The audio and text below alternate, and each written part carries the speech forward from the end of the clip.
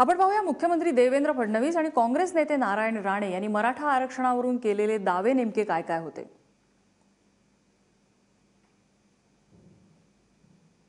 जे मराठा समाजाचे मोर्चे निघतायत ते या सरकारच्या विरोधात आहेत असं जर कोणी म्हटलं तरी चुकीचं असेल। अपेक्षा सरकारकडूनच आहे, पण या मागण्या ज्या आहेत त्या आजच्या नाही आहेत। वेगवेगळ्या सरकारनी या मागण्यांकडे दुर्लक्ष केल्यामुळे हा आक्रोश उभा राहिला आहे।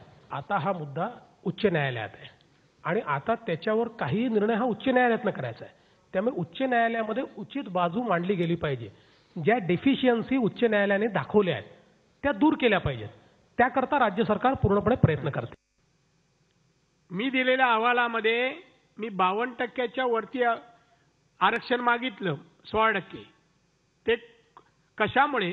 राज्य घटनेच्या कलम 15(4) आणि 16(4) प्रमाणे सामाजिक, शैक्षणिक आणि आर्थिक मागासलेपणा सिद्ध करून राज्य सरकारने आरक्षण द्यावं हे 15(4) आणि 16(4) ने सांगितलं।